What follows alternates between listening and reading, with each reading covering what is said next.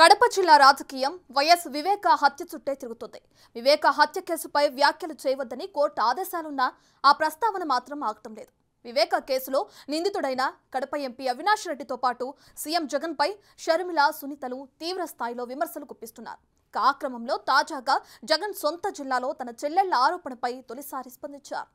అవినాష్ ఏం తప్పు చేయలేదని బలంగా నమ్మాను కాబట్టే మళ్లీ టికెట్ ఇచ్చానంటూ చెల్లెళ్లను టార్గెట్ చేశారు. మరోవైపు వైఎస్ వివేక భార్య సౌభాగ్యమ్మ తన భర్త హత్య కేసును ప్రస్తావిస్తూ జగన్ కు రాసిన లేఖ కడప రాజకీయాన్ని కుదిపేస్తోంది.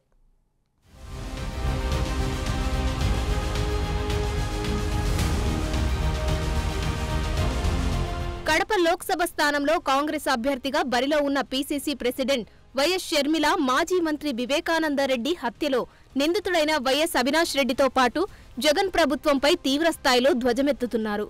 వివేకా కుమార్తె వైఎస్ సునీత సైతం షర్మిలకు మద్దతుగా ప్రచారంలో పాల్గొంటూ తన తండ్రి హత్య కేసును ఫోకస్ చేస్తూ వైసీపీ సర్కార్ను టార్గెట్ చేస్తున్నారు. ఆ క్రమంలో కోర్టు విచారణ పూర్తి కాకుండానే పదే పదే వివేకా కేసును ప్రస్తావించడంపై వైసీపీ నేతలు కడప కోర్టును ఆశ్రయించారు. దానిపై ఇప్పటికే కడప కోర్టు కూడా ఆమెకు వివేకా కేసుపై వ్యాఖ్యలు చేయొద్దని ఆదేశాలు ఇచ్చింది. అయినా వివేకా హత్యోదాంతం కడప రాజకీయాలను కుదిపేస్తూనే ఉంది.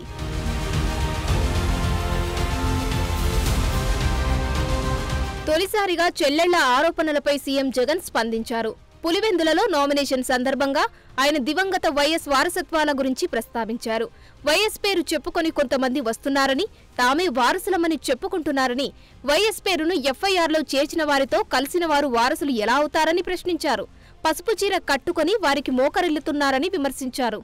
వైఎస్ అనే పేరే కనపడకుండా చేయాలని కోరుకుంటున్న వారందరితోనూ కలిసిపోయి ఆ దిశగా అడుగులు వేస్తూ ఆ కుట్రలను అమలు చేస్తా ఉన్న మన శత్రువులతో చేతులు కలిపి వారి పార్టీల్లో చేరిపోయినా వీరా వైఎస్ఆర్ వారసులు అని అడుగుతా ఉన్నాను. ఒక్కటి ఆలోచన చేయమని కోరుతా ఉన్నా మీ అందరితో కూడా. వైఎస్ఆర్ గారు బతుకున్నంత కాలం ఎవరితో పోరాటం చేశారు అని చెప్పి ప్రతి ఒక్కరూ కూడా ఆలోచన చేయమని కోరుతా ఉన్నా.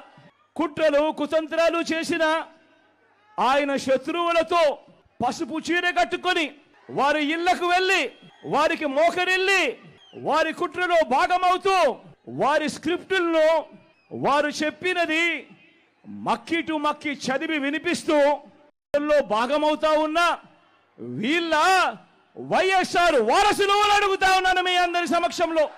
వైఎస్ఆర్ కీర్తి ప్రతిష్టలను ఆయన పేరునే ప్రజల మనసు నుంచి చెరిపేయాలని, వైఎస్ఆర్ కాంగ్రెస్ పార్టీయే ఉండకూడదని, వైఎస్ఆర్ విగ్రహాలు ఏ గ్రామంలోనూ కూడా ఉండకూడదని బహిరంగంగానే ఆ విగ్రహాలన్నింటినీ ముక్కలు చెప్పలు చేస్తాము అని చెప్పిన వారితో, చెబుతున్న వారితో చేతులు కలిపిన వీరా వైఎస్ఆర్ వారసులు అని అడుగుతా ఉన్నాను.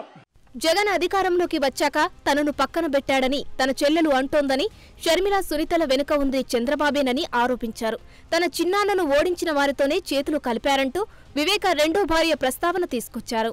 చిన్నాన్నను అన్యాయంగా ఎమ్మెల్సీ ఎన్నికల్లో ఓడించిన వారితోనే, సంఖ్యాబలం లేకపోయినా కూడా ప్రలోభాలతో అధికార బలంతో ఓడించిన వారితోనే ఈరోజు చట్టా పట్టాలు వేసుకొని తిరుగుతా ఉన్నారు అనంటే దానికి అర్థమేమిటి అని చెప్పి ఈ సందర్భంగా అడుగుతా ఉన్నా.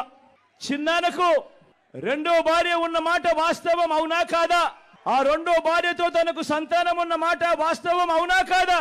అవినాష్ అక్కడికి ఎవరు ఫోన్ చేస్తే వెళ్ళాడు వంటి అనేక ప్రశ్నలు అవినాష్ తన అనేక ఇంటర్వ్యూస్లో, తన ప్రెస్ కాన్ఫరెన్స్లో తాను లేవనెత్తిన ప్రశ్నలు సహేతుకమే కదా అని చెప్పి ఎవరైనా అవినాష్ వైపు ఎవరైనా మాట్లాడితే చాలు వెంటనే వారి మీద కూడా అడ్డగోలు ఆరోపణలు చేస్తూ కుట్ర రాజకీయాలు చేస్తూ ఉండడం ధర్మమేనా అని చెప్పి ఈ సందర్భంగా ప్రతి ఒక్కరిని కూడా అడుగుతా ఉన్నా. వైఎస్ అవినాష్ ఏం తప్పు చేయలేదని తాను బలంగా నమ్మాను కాబట్టే అవినాష్ కు తిరిగి టికెట్ ఇచ్చానంటూ కడప ఎంపీని వెనకేసుకొచ్చారు. అవినాష్ ను రాజకీయంగా కనుమరుగు చేసే ప్రయత్నం చేస్తున్నారని, తమ అందరికంటే చిన్నవాడైన అవినాష్ జీవితం నాశనం చేయాలని ప్రయత్నిస్తున్నారని ధ్వజమెత్తారు. వైఎస్ అవినాష్ ఏ తప్పు చేయలేదని నేను బలంగా నమ్మాను కాబట్టే నేను అవినాష్కు టికెట్ ఇచ్చాను. ఈరోజు అవినాష్ అడిగిన ప్రశ్నలకు సరైన సమాధానాలు చెప్పలేని వీరంతా చిన్న పిల్లాడైనా అవినాష్ను దూషించడం, అవినాష్ను తెరమరుగు చేయాలనుకోవడం ఎంతటి దారుణమైన కార్యక్రమమో అన్నది ప్రతి ఒక్కరూ కూడా గమనించమని అడుగుతా ఉన్నా. మా అందరికన్నా చాలా చిన్నోడు అవినాష్, చాలా చాలా చిన్న పిల్లోడు.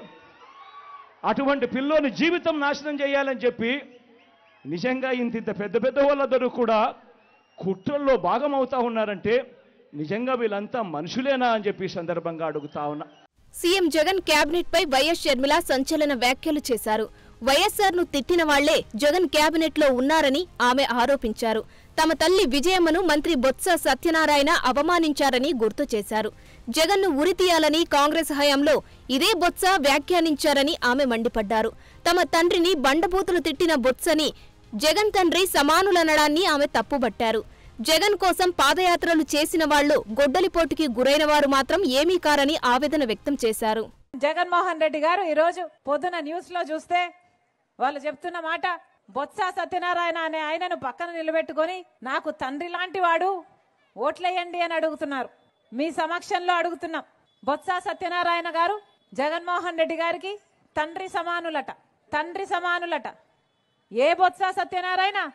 ఇదే బొత్స గారు అసెంబ్లీలో నిలబడి నిండు వేదిక మీద ఆన్ రికార్డు రాజశేఖర రెడ్డి గారిని తిట్టిపోసిన బొత్స సత్యనారాయణ గారు ఈరోజు జగన్మోహన్ రెడ్డి గారికి తండ్రి లాంటి వాడట. ఇదే బొత్స గారు రాజశేఖర రెడ్డి గారిని తాగుబోతు అని తిట్టారు. ఇదే బొత్స గారు జగన్మోహన్ రెడ్డి గారికి ఉరిశిక్ష వేయాలి అన్నాడు. జగన్మోహన్ రెడ్డి గారు బినామీలు అన్నారు. ఎన్ని మాటలు అన్నాడు. ఆఖరికి విజయమ్మను కూడా, విజయలక్ష్మి గారిని కూడా, రాజశేఖర రెడ్డి గారి భార్యను కూడా అవమానించిన వాడు బొత్స సత్యనారాయణ గారు. ఈరోజు అలాంటి బొత్స గారు జగన్మోహన్ రెడ్డి గారికి నానయ్యారంట, తండ్రి లాంటి, తండ్రితో సమానమయ్యారంట. ఆ క్రమంలో వైఎస్ వివేక భార్య డాక్టర్ సునీత తల్లి సౌభాగ్యమ్మ స్వదస్తూరితో జగన్ను ఉద్దేశించి రాసిన లేఖ హాట్ టాపిక్ గా మారింది.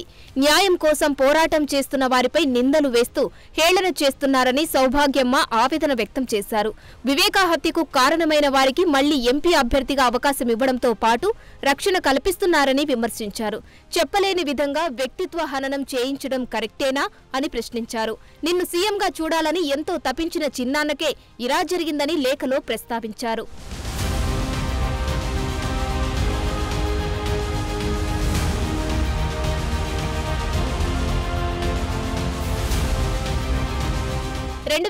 లో జగన్ తన తండ్రిని కోల్పోయినప్పుడు మనోవేదన అనుభవించారని, 2019లో సునీత కూడా తండ్రిని పోగొట్టుకుని అంతే మనోవేదన అనుభవించారని సౌభాగ్యమ్మ ఆవేదన వ్యక్తం చేశారు. మన కుటుంబంలోని వారే హత్యకు కారణం కావడం మరింత బాధ పెట్టింది. నీ పత్రిక, టీవీ ఛానల్, పార్టీ వర్గాలు ఇష్టమొచ్చినట్లు మాట్లాడారు. చెప్పలేనంత విధంగా వ్యక్తిత్వ హననం చేయించడం నీకు తగునా అని జగన్ను నిలదీశారు. ఆ బహిరంగ లేఖ రాజకీయంగా పెద్ద కలకలం రేపుతోంది ఇప్పుడు.